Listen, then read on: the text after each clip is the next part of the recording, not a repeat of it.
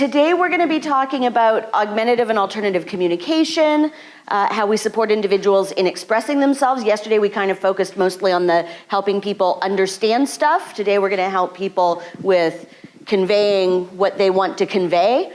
And then we're also going to spend a good chunk of today looking at academic kinds of support. So you're going to get lots of ideas of things that you can do if you're working in a classroom to support kids in classrooms. If you're a parent, the kinds of things you can go back and say to the people supporting your kids in classrooms, hey, here are some good ideas for how to help include my child in what's happening in the classroom. So those are the kinds of things we're going to talk about today. All right? Perfect. All right, so let's start with augmentative and alternative communication, or AAC, because it takes way less time to say AAC. If you aren't familiar with what this is the official definition of AAC from the American Speech and Hearing Language Association.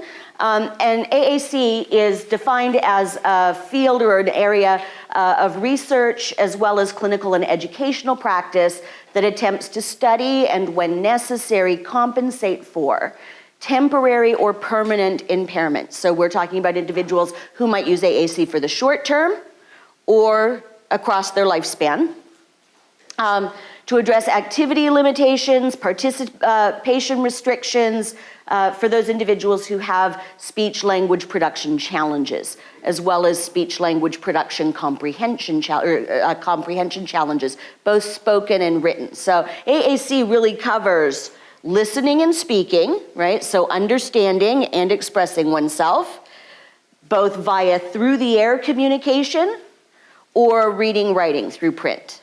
Okay, so AAC is a very big field, and yesterday what we were talking about in terms of visual support strategies to help people understand things, that does fall under the AAC umbrella. Those are tools that help people understand. Today we're going to focus on the part of the AAC umbrella that helps people engage in conversation or tell people what they want or need, that kind of stuff, the expressive part, okay?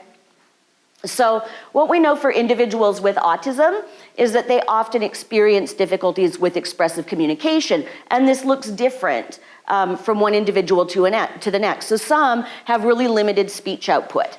Some may be able to use speech for kind of basic wants and needs. They can ask for stuff, but they have more difficulty with conversation.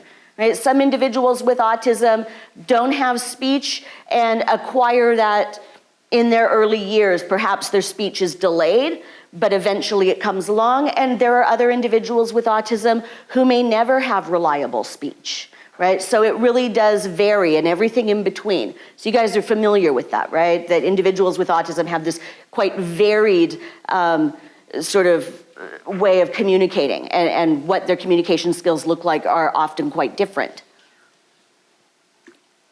So what we know is that using visual support strategies and AAC in particular, we can help people develop their communication skills and or improve their communication skills, the skills that they already have.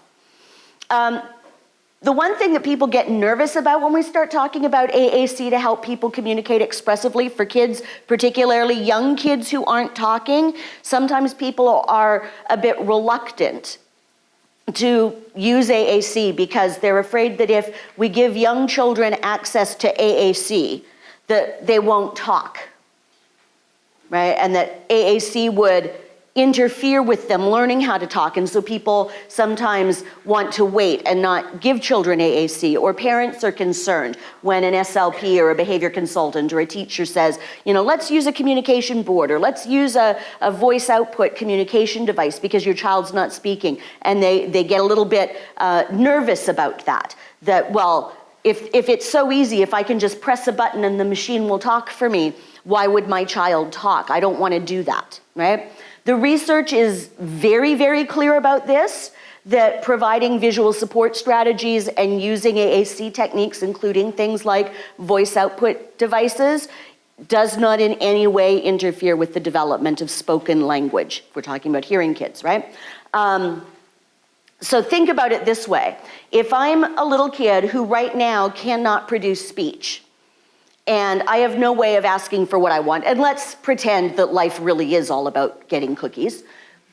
I'm a 3-year-old, I want a cookie, I have no way of asking for it, I have big tantrums to get cookies, right? So then somebody comes along and says, no, we're gonna teach you a different way to get a cookie. We're gonna teach you to give someone a picture of cookie, or we're gonna teach you to activate the cookie picture on a device so that when you press the cookie button, the device says cookie, and then some nice adult says, of course, dear, here you go, have a cookie, right? Now imagine that at the same time we're working on teaching that child to say things, to talk, right? SLP sessions, behavior intervention sessions, we're working on speech. And now the child is able to say, cookie, cookie, okay? Now think about this. If the 3-year-old child wants a cookie right now, what's the child likely to do? Let me go find that picture. Let me go get that device. Let me find the cookie picture. Or cookie. Which is most efficient for the 3-year-old child? Which one's gonna get him a cookie faster if he can say the word cookie? Saying the word cookie, right? So if you think about it logically that way, once kids are able to use speech effectively and efficiently, they will stop using AAC strategies, right? They'll kind of just shift naturally over to speech because it gets them what they want faster and easier, right? So we know really clearly these kinds of supports don't prevent kids from talking. Do some kids never develop speech? Yes, right? And if I've got a child who ends up being one of those kids who never develops speech, I'll be really thankful if I started that child with AAC at 2 or 3 years old, and that child's been able to communicate all along, than if I waited until the child had absolutely clearly failed at developing speech and they're 10 or they're 15 or they're 20 and they've never been able to communicate effectively, right? So kind of think about it that way, right?